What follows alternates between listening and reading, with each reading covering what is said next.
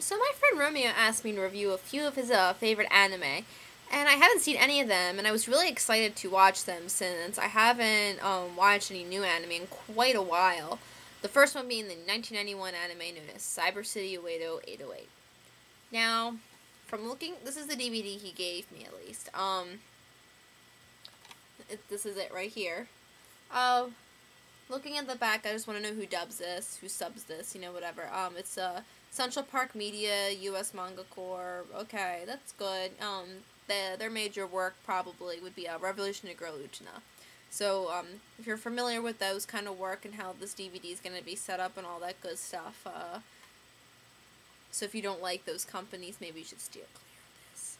And I watched this half dub, half sub because I just wanted to get like a full experience, but I didn't want to watch it all the way through in one version and absolutely hate it and then have to suffer through it through another version. So I watched it half and half, and I do have to say that both the sub is good, but the dub is also very good, which I wasn't like not surprised. Central Park Media does do pretty good dubs, even though some people don't like the Utena dub. I personally liked it. They also dub the Yu Yu Hakusho second movie, and I actually like that dub. No, it's not the Funimation voices, but you know what? They're pretty good for it being by itself. Alright, let's move on. Now, from looking at the DVD, I could tell that this was an old anime instantly, just by seeing our main protagonist on the cover. The artwork has that more realistic and less cartoonish look. The colors aren't as bright, but the attention to detail here is great. You can also tell that the artist really put everything they had into this. Now, also by looking at the cover, you can see where the title clearly says the final collection. Why? There's only 3 episodes in this series, and they last about 40 minutes each. They're all on here, so it's not like it's one episode of DVD. All 3 episodes are on this DVD, so this is kind of a misleading title, and it made me think that there was more to the series, and maybe that Romeo just gave me the last copy, and I was about to be really, really lost in what was going on. But there is not. There is only these 3 episodes. So the series begins with a prologue, showing our heroes spending quality time in an orbital penitentiary. They're brought before the cyber police chief Hasegawa, whom informs them of a chance to get out of prison early. For every criminal they catch, a few years will be shaved off their sentence. If they fail to do so, the bomb planted around their neck will explode. And seeing how each of these guys are serving 300 years plus, they reluctantly agree. As I said before, there are 3 episodes, each of them focusing on one member of the team. The first episode focuses on Sengoku. He is sent to save 50,000 people being held hostage in a giant skyscraper. When he gets inside the said skyscraper, after chatting with the love interest for a few minutes, who is really only in this episode, who only really plays a, I guess, main part in this episode, I don't care. He finds a man named Gendo Akari? I don't know what his name is. I can't remember. Every time I look at him, all I think is Gendo Akari. I know this anime came out before Evangelion, but for the love of God, he's Gendo Akari. That's what we're calling him. He's one of 2 engineers responsible for building the skyscraper. Later, he admits to killing the other man in order to become a respectable engineer. 'Cause, I mean, that's the way to go, right? Murder solves everything. I'll remember that the next time someone cuts me in line at the store. Well, it turns out that the conscience of the other guy somehow managed to merge with the main computer, and he has been waiting all this time for revenge against Gendo Akari. So Sengoku has to destroy the computer, and then, yay, the day is saved, all the people escape, and, he gets a date with the love interest later. How lovely. But before that all happens, 15 years is actually added to Sengoku's sentence since he ignored an order from Hasegawa earlier. So Sengoku goes to the cyber police office and alludes to the fact that he's going to kill Hasegawa if his sentence isn't reduced, and then the episode ends. Now, this episode doesn't really give me a good depiction of Sengoku or the other 2 characters.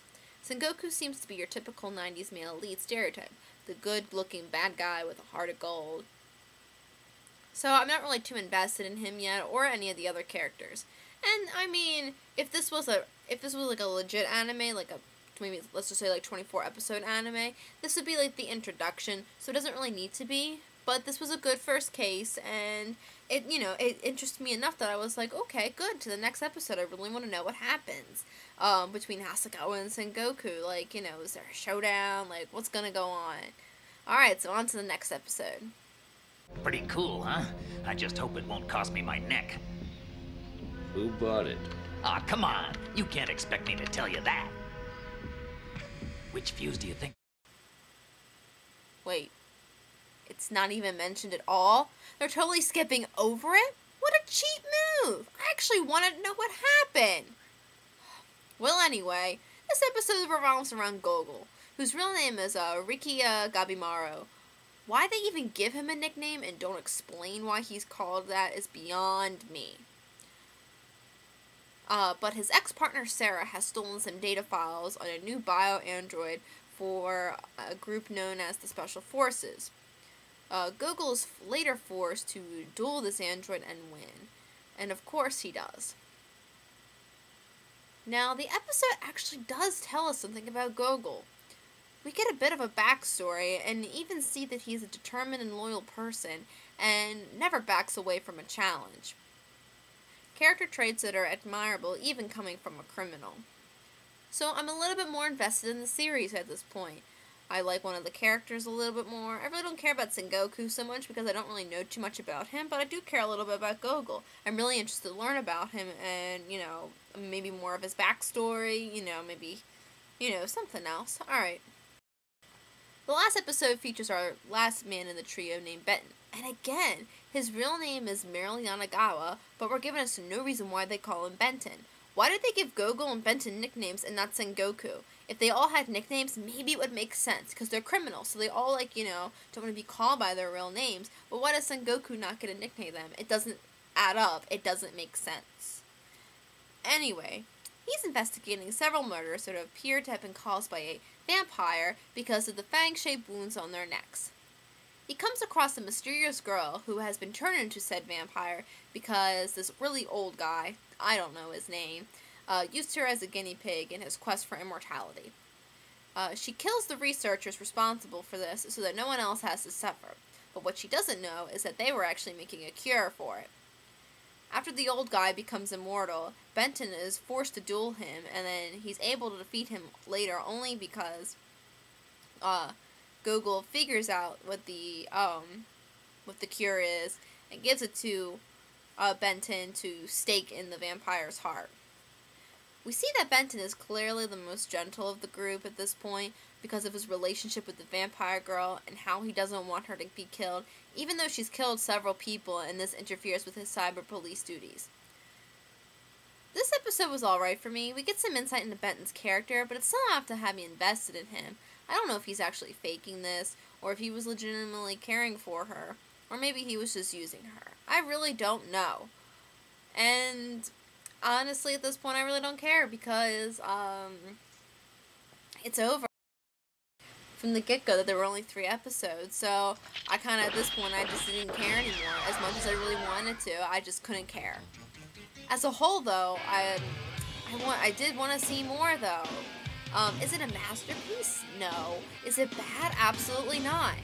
I think the part of the reason why it might not be as great as a show is because it reminds me of Cowboy Bebop, especially the characters. Sengoku would be Spike, Gogol would be Jen, and then Benton would be Faye. Pretty much. But, and yeah, I know that Bebop didn't come out till like 98 or whatever, but since I saw it first, it's only natural that I compare the two. But there isn't enough of Cyber City to really make an impact on other anime. I would have liked to see some more cases, maybe have the backstory of all the characters, how they got caught, etc. And I would watch it again. I was also disappointed to find out that I don't think there's a manga to this, or even another series. I couldn't find anything. If anyone else knows anything about this series, please let me know. I would really love to, I would really love to, figure this out to see if there's any more about these characters. I wouldn't recommend it to somebody who doesn't really understand anime in general, since there isn't a constant story and there's an inconclusive ending. But if you like anime and you haven't seen it, I do recommend checking it out. It's definitely worth a watch. Just don't grow too attached or you'll be disappointed.